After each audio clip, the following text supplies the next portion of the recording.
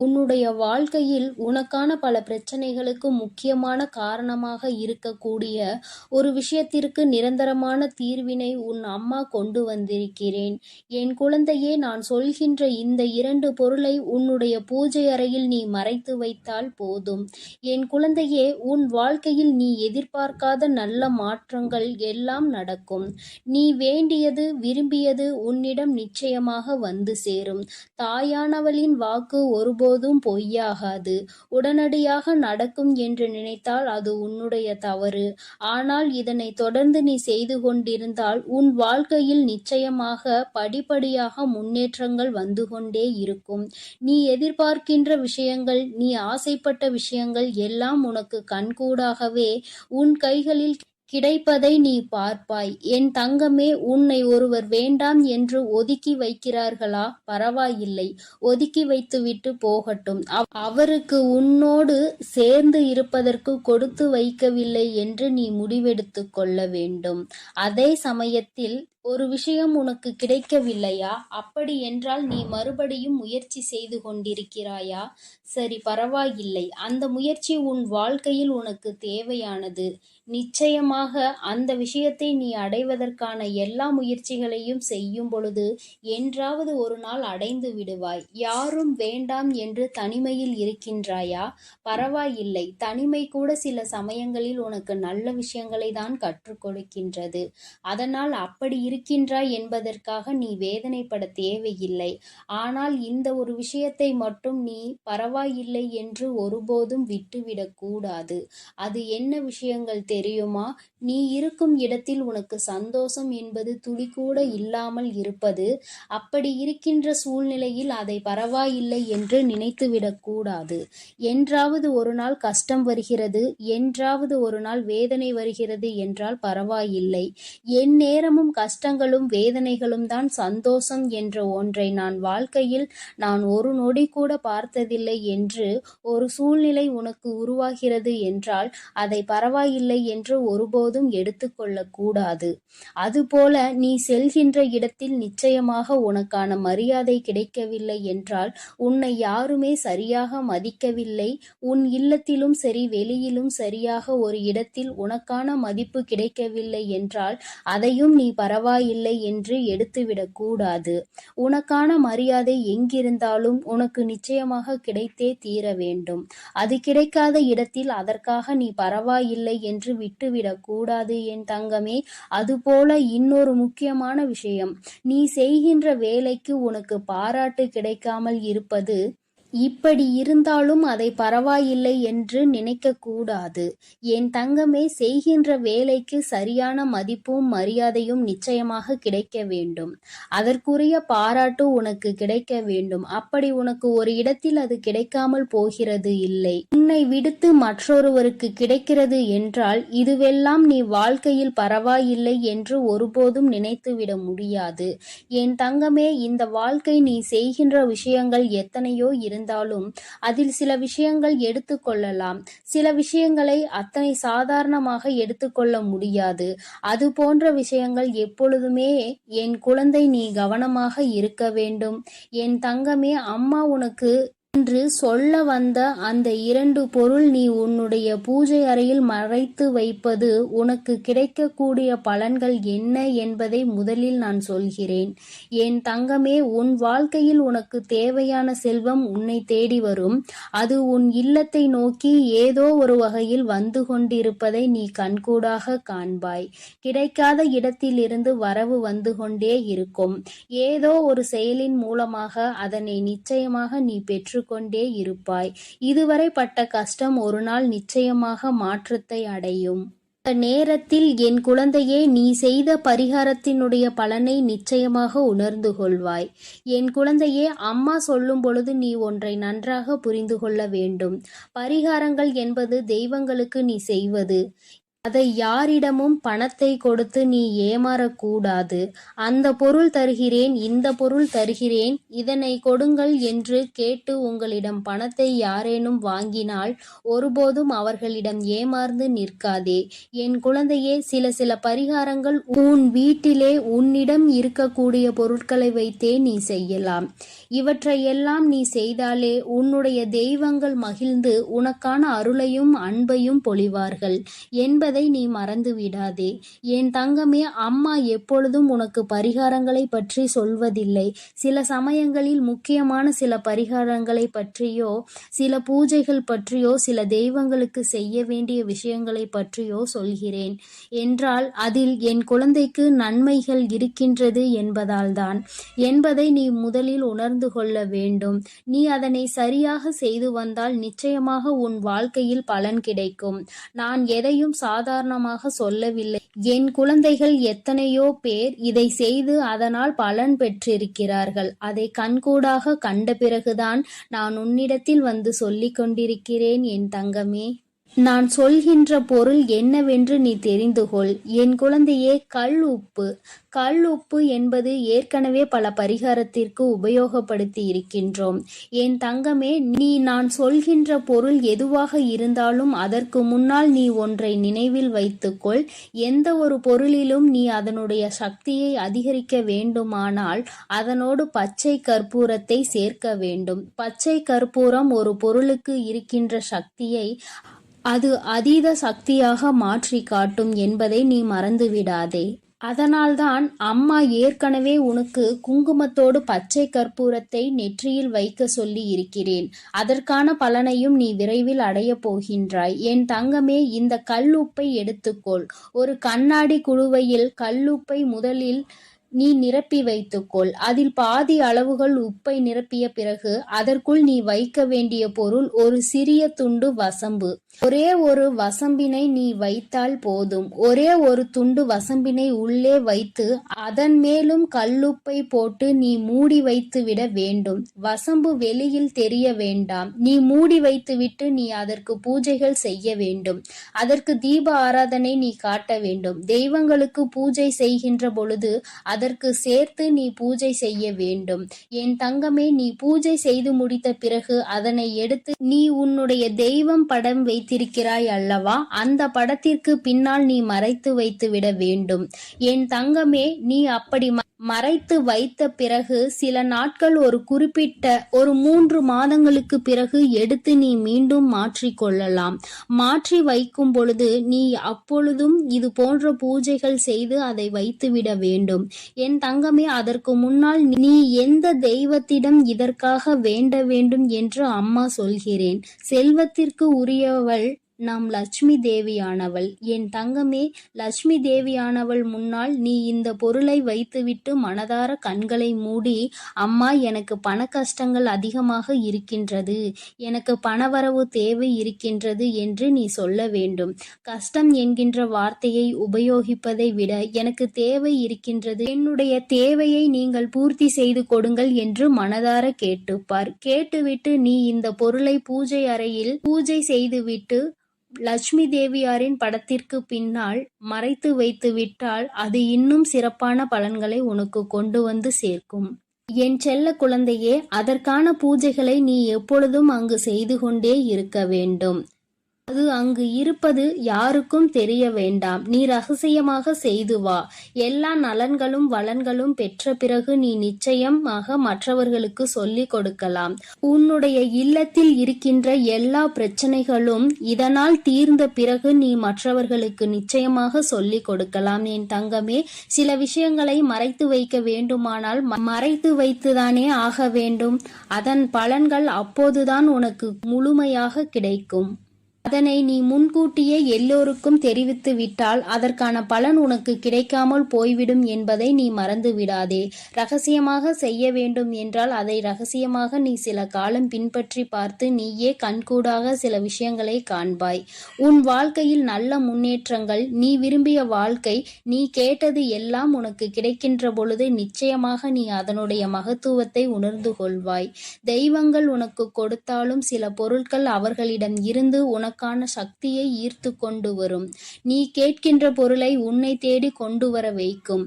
வசம்பிற்கு அந்த சக்தி உண்டு என்பதை நீ அறிந்த விஷயம்தான். கல் உப்பில் அதை சேர்த்து பயன்படுத்தும் பொழுது உப்பு ஏற்கனவே மிகவும் சக்தி பொருந்தியது. அதனால் இவை இரண்டையும் சேர்க்கும் பொழுது நிச்சயமாக உன் இல்லத்தில் நல்ல நல்ல மாற்றங்கள் விரைவாக வந்துவிடும். என்னுடைய குழந்தை, நீ ஒருமுறை இந்த வராகி அம்மாவிற்காக இதனை பின்பற்றி பார்த்து நீ முன்னேற்றம் அடைந்தால் அதை கண்டு சந்தோஷப்படுவது என்னை அன்றி வேறு யாரும் கிடையாது என் தங்க பிள்ளையே, என் செல்லமே. அதனால் நான் சொன்னதை நீ சரியாக பின்பற்றி விட்டால் உன்னுடைய குடும்பத்தில் இருக்கும் அத்தனை பிரச்சனைகளும் தீர்ந்து நீ சந்தோஷமான வாழ்வை வாழ தொடங்கி விடுவாய் என் தங்கமே. அதனால் தைரியத்தோடும் நம்பிக்கையோடும் நீ இதை செய்துவிடு என் செல்ல குழந்தையே. நீ எதற்காகவும் கலங்காதே. நான் உன்னோடு தான் இருக்கிறேன். நான் உனக்காகவே இருக்கிறேன் என் தங்க பிள்ளையே. நீ நல்லதையே நினை. நான் எப்பொழுதும் உனக்கு நல்லதை மட்டும் செய்து கொடுக்கிறேன். என் அன்பு குழந்தையே, உன் மனதில் இருப்பதை நான் அப்படியே சொல்லட்டுமா? நீ என்ன யோசிக்கிறாய்? என்ன செய்ய திட்டமிட்டுள்ளாய்? என்னவெல்லாம் செய்ய போகிறாய்? அதற்கு பிறகு உன் வாழ்வில் என்ன நிகழப் போகிறது என எல்லாவற்றையும் வரிசையாக சொல்ல போகிறேன். கேட்டபின் நீயே ஆச்சரியப்படத்தான் போகிறாய். தூக்கி எறியவும் முடியாமல், விலகிச் செல்லவும் முடியாமல், வெறுத்து ஒதுக்கவும் முடியாமல், நொடிக்கு நொடி நினைத்து வருத்தப்படக்கூடிய அளவிற்கு உன்னுடைய வாழ்விலும் ஒரு உறவு இருந்து கொண்டுதான் இருக்கிறது. ஆனால் அவர்களை நீ ஆழமாக நேசித்து விட்டாய். என்ன செய்வது என்று தெரியாமல், வாழ்க்கையில் அடுத்து என்ன நடக்கும் என தெரியாமல் தானே தவிக்கிறாய். வருந்தாதே என் செல்லமே. தவறு செய்பவர்களுக்கு ஒரு தண்டனை இருக்கத்தான் செய்கிறது. அவர்களது கர்மா அவர்களை அவ்வளவு சுலபமாக விட்டுவிடாது. இருந்தாலும் எனது அன்பு குழந்தையான உனக்காக உன் வராகி அன்னை அதையெல்லாம் சரி செய்து அந்த உறவையும் உன்வசம் கொண்டு வந்து சேர்ப்பேன். உன் குடும்பத்தில் உள்ள எல்லோரும் உன் உண்மையான அன்பை புரிந்து கொண்டு உன்மேல் உண்மையான பாசத்தோடும் அக்கறையோடும் இருக்கும்படி நான் செய்கிறேன். பொய் பேசுபவர்களுக்கு என்ன தண்டனை தெரியுமா? அவர்கள் உண்மை பேசும்போது ஒருவரும் நம்ப மாட்டார்கள். இதுவே அவருக்கான சிறப்பான தண்டனைதான். அளவில்லாத அன்பாக இருந்தாலும் எல்லோருக்கும் நீ அளவோடு கொடுத்தால்தான் அதற்கு மதிப்பு என் தங்கமே. யாராவது உன்னை தவிர்த்து விட வேண்டும் என நினைப்பது நீ உணர்ந்தாலே அவர்களை தொந்தரவு செய்யாமல் இருந்துவிடு தங்கமே. அவர்கள் எந்த தூரத்தில் வைக்க நினைக்கிறார்களோ அந்த தூரத்தில் நீ இருந்துவிடு. கூடிய விரைவில் உன் வாழ்க்கை மாறத்தான் போகிறது. அழகும் அன்பும் அழகாக நிறைந்த வாழ்க்கையை நான் உனக்கு தரப்போகிறேன். அப்பொழுது ஒன்றுமே இல்லாத இந்த விஷயங்களுக்காகவா நாம் கவலைப்பட்டோம் என்று இப்பொழுது நடப்பதையெல்லாம் நினைத்து அப்பொழுது மனம் சிலிர்த்து தான் போகப் போகிறாய். நீ எதை நினைக்கிறாயோ அதுதானே உன் மனதில் மீண்டும் மீண்டும் யோசனையாக வருகிறது. அது நல்லதோ கெட்டதோ அதை பற்றி நீ சிந்தித்து விட்டால் போதும். மீண்டும் மீண்டும் அதை பற்றிய நினைவுகள்தான் வந்து உன்னை பாடாய்படுத்துகிறது. நீ எதற்காகவும் வருந்தாதே. கடந்த காலத்தை நினைத்து வருந்துவது கடுகளவு கூட உனக்கு உபயோகம் படாது. தகுதியற்ற விதண்டாவாதம் பிடிவாதம் செய்யும் மனிதர்களோடு பழகுவதை விட தனியாக இருப்பதே மேல் என்று என்னை நோக்கி வா. துன்பத்தில் இருந்தாலும் யார் ஒருவர் மற்றவருக்கு துன்பம் நினைக்காமல் வாழ்கின்றாரோ அவர்கள்தான் உலகில் உயர்ந்த மனிதர்கள். என் அன்பு குழந்தையான நீ இப்பொழுது அளவில்லாத துன்பத்தில் வாடி வதங்குகிறோமே என மற்றவர்களுக்கு பழி சொல்ல நினைக்காதே. உனக்கான நல்லதை நான் செய்து கொடுக்கிறேன். உன் வார்த்தைகளின் அருமை பெருமை தெரிந்தவர்களிடம் மட்டும் வாதம் செய்தால் போதும். வார்த்தைகளின் மதிப்பு தெரியாதவர்களிடம் மௌனமாக இருந்துவிடு. உன்னை சார்ந்த மற்றவர்களின் செயல்களை மாற்ற முயற்சித்து நீ மனவேதனை அடைவதை விட அவர்கள் அப்படித்தான், வராகி அன்னை பார்த்து கொள்வாள், எல்லா விஷயத்தையும் சரி செய்வாள் என்று என்னிடம் பொறுப்பை ஒப்படைத்துவிட்டு நிம்மதியாக வாழ பழகு.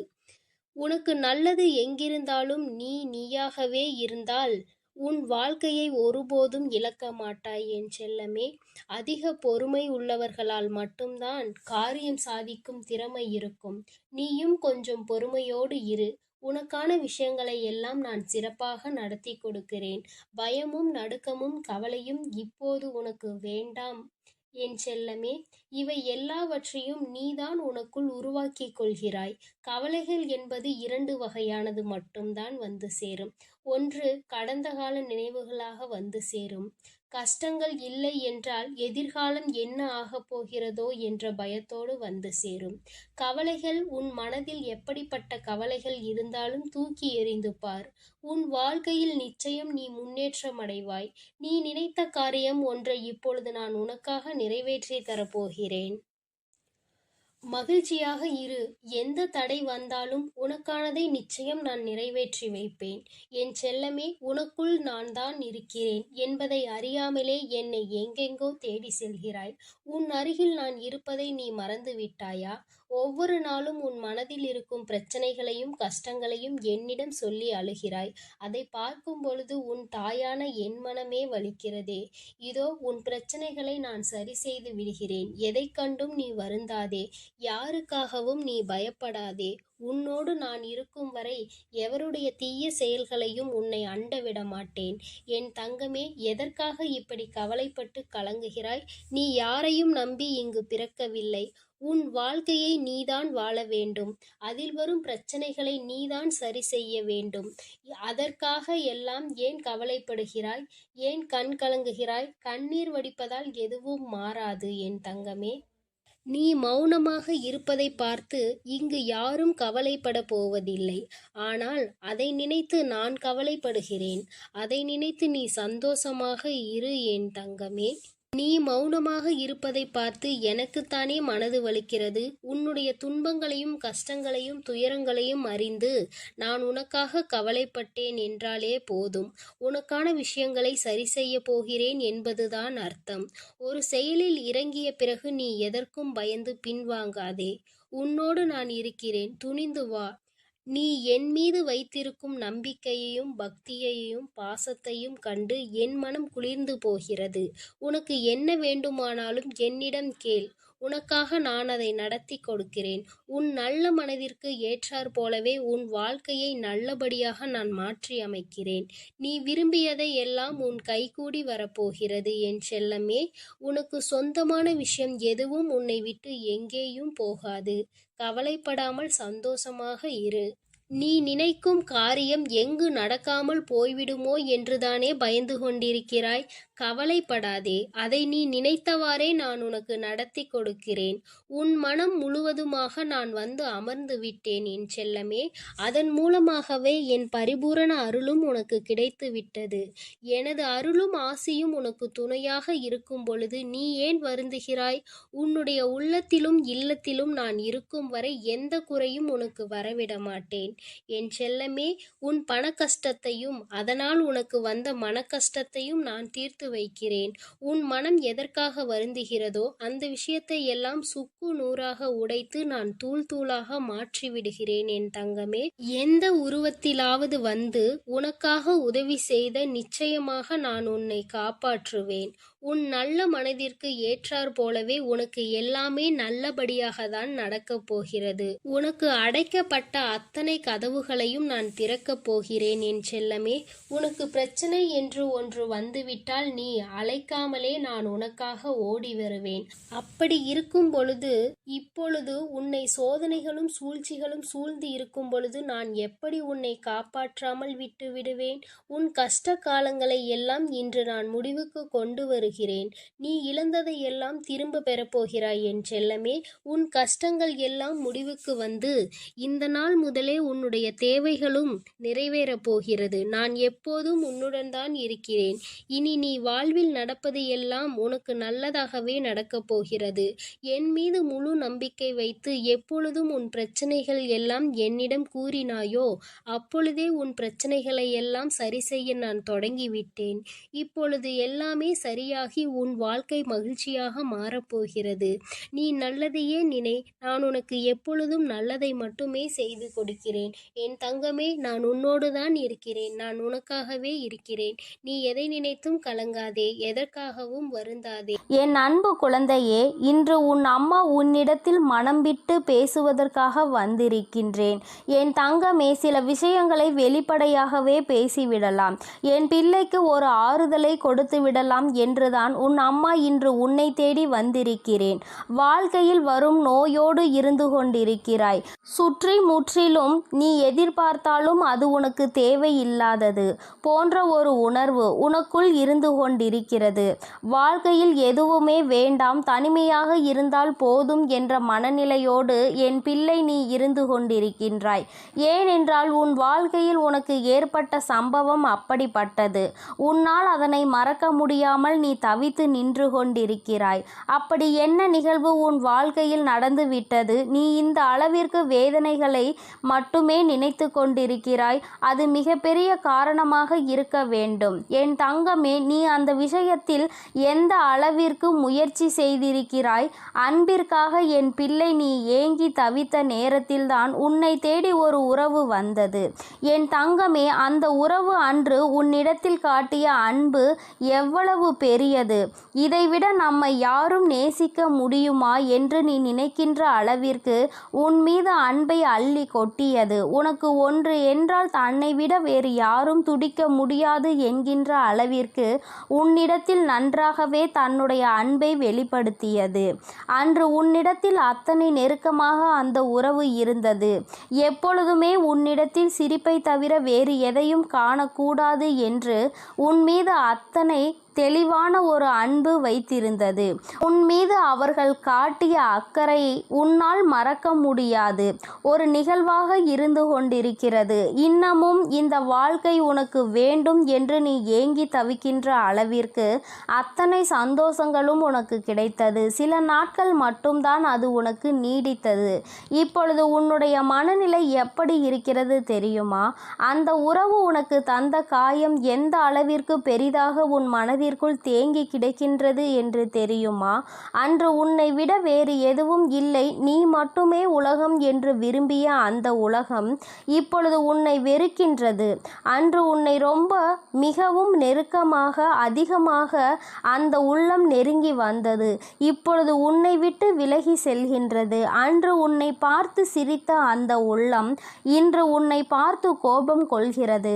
அன்று உன் மீது அதிக அக்கறை கொண்ட அந்த உள்ளம் இன்று உன்னை அனாதையாக்கி விட்டு சென்றிருக்கிறது. உன் வாழ்க்கையை விட்டு விலகி சென்றதோடு மட்டுமல்லாமல் உன் மீது அதிகமான குறைகளை சொல்லிவிட்டு சென்றதுதான் உன்னால் தாங்க முடியாததாக இருக்கிறது. எத்தனை அன்பை நாம் காட்டினாலும் முதலில் நமக்கு பிடித்தம் இல்லாதது போல இருந்தாலும் நாட்கள் செல்ல செல்ல இதுதான் நம்முடைய வாழ்க்கை, இதுதான் நம்முடைய கடைசி வாழ்க்கை என்று நினைக்கும் அளவிற்கு நம்மை வாழ்க்கையில் ஒரு ஓரத்திற்கு கொண்டு சென்றுவிட்டு இப்பொழுது நாம் இவை இல்லை என்றால் வாழ்க்கையே இல்லை என்று நினைக்கின்ற அளவிற்கு வந்துவிட்ட பிறகு இப்பொழுது எதுவுமே இல்லாதது போல தன்னந்தனி காட்டிற்குள் கட்டவிழ்த்து விட்டு சென்றது போல நம்மை விட்டு சென்று விட்டார்களே என்று என் பிள்ளை மனவேதனையில் இருந்து கொண்டிருக்கிறாய். என் தங்கமே, வாழ்க்கையில் எதுவுமே நிரந்தரம் இல்லாத உலகத்தில் இந்த மனிதர்களை நீ நம்பியது எவ்வளவு பெரிய தவறு என்பதை இப்பொழுது நீ உணர்ந்து கொண்டாய். அன்பினை உனக்கு காட்டினாலும் எத்தனையோ பாசத்தோடு உன்னிடம் இருந்தாலும் ஏதோ ஒரு சிறு விஷயம் அல்லது மனதிற்குள் ஏற்படுகின்ற ஒரு சிறு மனக்குழப்பமும் உன்னை அவர்கள் வாழ்க்கையில் இருந்தே தூக்கி எறிய செய்துவிட்டது. இதை பற்றியும் அந்த நேரத்தில் அவர்கள் சிந்திக்க மாட்டார்கள். இது நம் வாழ்க்கை அல்ல என்று அவர்கள் உணர்ந்து கொண்ட அந்த நேரத்தில் உன்னை தன்னுடைய வாழ்க்கையில் எந்த சூழ்நிலையிலும் இனி உன்னுடைய தொடர்பு வேண்டாம் என்று துண்டித்து விடுவார்கள். என் தங்கமே, என்னதான் முயற்சி செய்தாலும் அதை ஏற்றுக்கொள்கின்ற அந்த மனப்பக்குவம் அங்கே இருக்காது. தன்னுடைய மனதை கல்லாக்கி விடுவார்கள். என் தங்கமே, இது போன்ற ஒரு சூழ்நிலையில்தான் இப்பொழுது நீ இருந்து கொண்டிருக்கின்றாய். அன்புக்காக ஏங்குகின்ற இந்த ஒரு இதயம் அனாதையாக தான் இருக்கும் என்று என் பிள்ளை நீ நினைக்க தொடங்கிவிட்டாய். என் தங்கமே, அம்மா சொல்கின்றது உன்னுடைய வாழ்க்கையில் நடந்தது உண்மைதானா என்று ஒருமுறை சிந்தித்து பார்.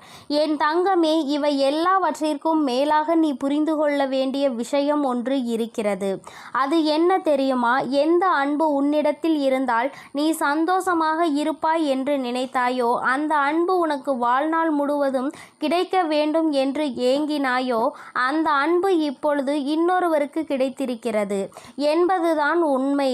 உன்னை போலவே ஏமாறுவதற்கு இன்னொருவர் அங்கே தயாராகி கொண்டிருக்கிறார் என்பதுதான் உண்மையாகும். என் தங்கமே, நீ தப்பித்து கொண்டாய் என்பதை நினைத்து முதலில் மனதிற்குள் தெளிவை வளர்த்திக்கொள். இந்த சூழ்நிலையிலாவது நம்முடைய வாழ்க்கையில் இருந்து நாம் தப்பித்து கொண்டோமே, நமக்கான சரியான பாதை எது, தவறான பாதை எது என்பதை நாம் கண்டுகொள்வதற்கான ஒரு வாய்ப்பு நமக்கு கிடைத்திருக்கிறது என்பதை முதலில் நீ புரிந்துகொள்.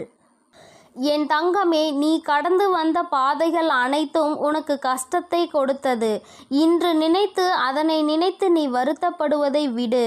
இப்பொழுதே அந்த கஷ்டத்தை நீ அனுபவித்து அதிலிருந்து தப்பித்து கொண்டாய் என்று நீ நினைத்து சந்தோஷப்பட வேண்டும். என் தங்கமே, நீ ஒரு முறை சிந்திக்க வேண்டும்.